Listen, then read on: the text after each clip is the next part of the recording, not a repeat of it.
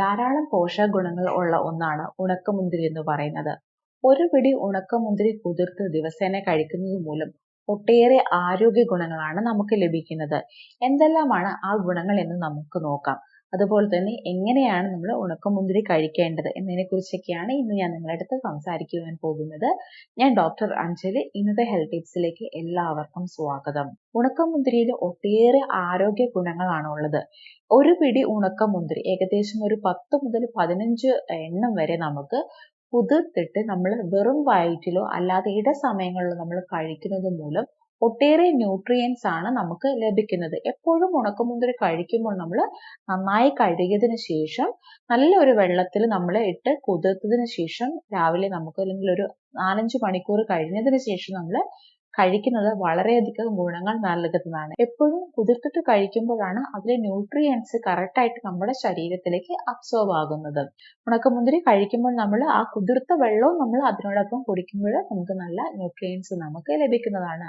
നമ്മുടെ ശരീരത്തിന് ആവശ്യമായിട്ടുള്ള കാർബോഹൈഡ്രേറ്റും പ്രോട്ടീനും ഫൈബറും മഗ്നീഷ്യം, കാൽഷ്യം, അയൺ, അതുപോലെ തന്നെ ഫോസ്ഫറസ് ഒക്കെ ഇത് ധാരാളമായിട്ട് അടങ്ങിയിട്ടുണ്ട്. നമ്മുടെ ശരീരത്തിന് ഈ ഒരു ന്യൂട്രിയൻസ്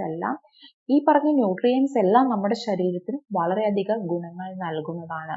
ഉണക്കമുന്തിരിയിൽ ധാരാളം ഫൈബർ അടങ്ങിയിട്ടുണ്ട്. അതുകൊണ്ട് തന്നെ നമ്മുടെ ദഹനശക്തി ഇംപ്രൂവ് ചെയ്യുവാനും മലബന്ധത്തെ കൺട്രോൾ ചെയ്യുവാനും ഒക്കെ നമുക്ക് വളരെയധികം നല്ലതാണ്.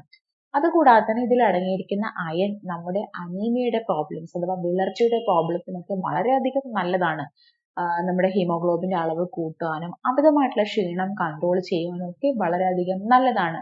അമിതമായിട്ട് പീരിയഡ്സ് ടൈമിലൊക്കെ ബ്ലീഡിങ് ഉള്ളവരാണെങ്കിലും അതുപോലെ തന്നെ പ്രഗ്നൻസി ടൈമിലൊക്കെ ആണെങ്കിലും ഈ വിളർച്ചയുടെ പ്രോബ്ലംസ് ഉള്ളവർക്കൊക്കെ ഈ ഒരു ഉണക്കമുന്തിരി ഡെയിലി കഴിച്ചാൽ തന്നെ നമുക്ക് അനീമിയ അഥവാ വിളർച്ച നമുക്ക് കൺട്രോൾ ചെയ്യാൻ സാധിക്കുന്നതാണ്. ഇതിൽ ധാരാളമായിട്ട് കാൽഷ്യവും മഗ്നീഷ്യവും ഫോസ്ഫറസും ഫൈബറും ഒക്കെ അടങ്ങിയത് കൊണ്ട് തന്നെ നമ്മുടെ എല്ലിന്റെയും പേശികളുടെയും ഒക്കെ ആരോഗ്യത്തിന് വളരെയധികം നല്ലതാണ്.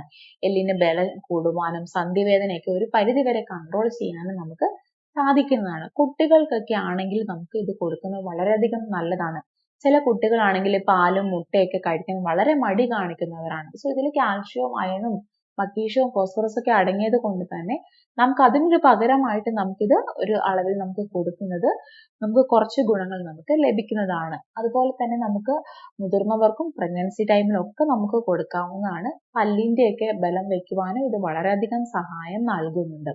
അതുപോലെ തന്നെ ഇതിൽ ഫൈബർ ധാരാളമായിട്ട് അടങ്ങിയത് കൊണ്ട് തന്നെ നമുക്ക് ഡയബറ്റിക് പേഷ്യൻസിനും അതുപോലെ തന്നെ രക്തസമ്മർദ്ദം ഉള്ളവർക്കും കൊളസ്ട്രോൾ ഉള്ളവർക്കും ഒക്കെ നല്ല രീതിയിൽ നമുക്ക് കൊടുക്കാവുന്നതാണ്.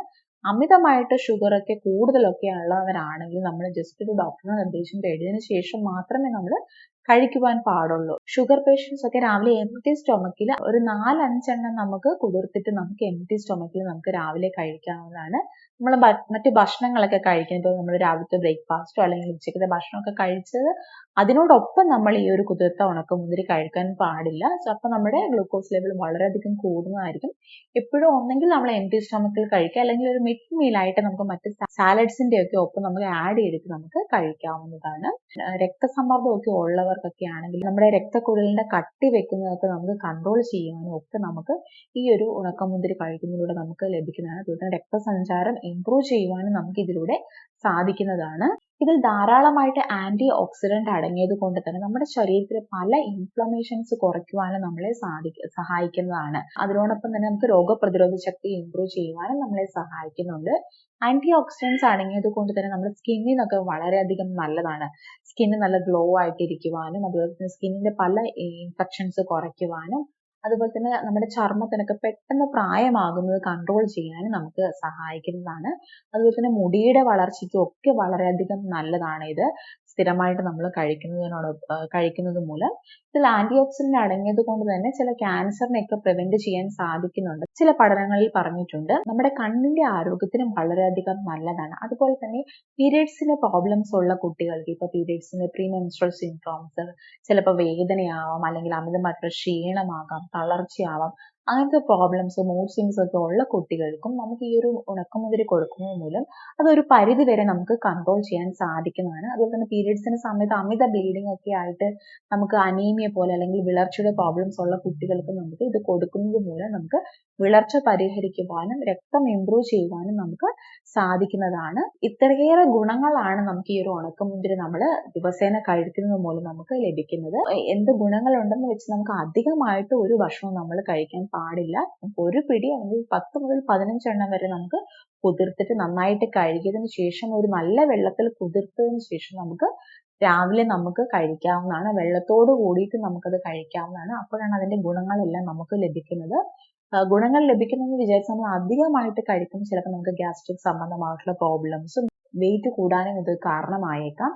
അതുപോലെ തന്നെ അമിതവണ്ണമുള്ളവരൊക്കെ ആണെങ്കിൽ നമുക്കൊരു ഡെയിലി 4-5 എണ്ണമൊക്കെ നമുക്ക് കുതിർത്തതിന് ശേഷം നമുക്ക് കഴിക്കാവുന്നതാണ്. പറഞ്ഞ അളവിൽ കൃത്യമായിട്ട് നമ്മൾ കഴിക്കുക. അതുപോലെ തന്നെ മറ്റെന്തെങ്കിലും അസുഖങ്ങൾ ഉള്ളവരൊക്കെ ആണെങ്കിൽ ഒരു ഡോക്ടറുടെ നിർദ്ദേശം തേടിയതിനു ശേഷം മാത്രം കഴിക്കാൻ പ്രത്യേകം ശ്രദ്ധിക്കുക. ഉണക്കമുന്തിരിയുടെ ഗുണങ്ങളും അത് കഴിക്കേണ്ട രീതിയെ കുറിച്ചുള്ള ഈ ഒരു ചെറിയൊരു ഹെൽത്ത് ടിപ്പ് എല്ലാവർക്കും ഇഷ്ടമായെന്ന് വിചാരിക്കുന്നു. മറ്റൊരു ഹെൽത്ത് ടോപ്പിക്കുമായിട്ട് വീണ്ടും കാണാം.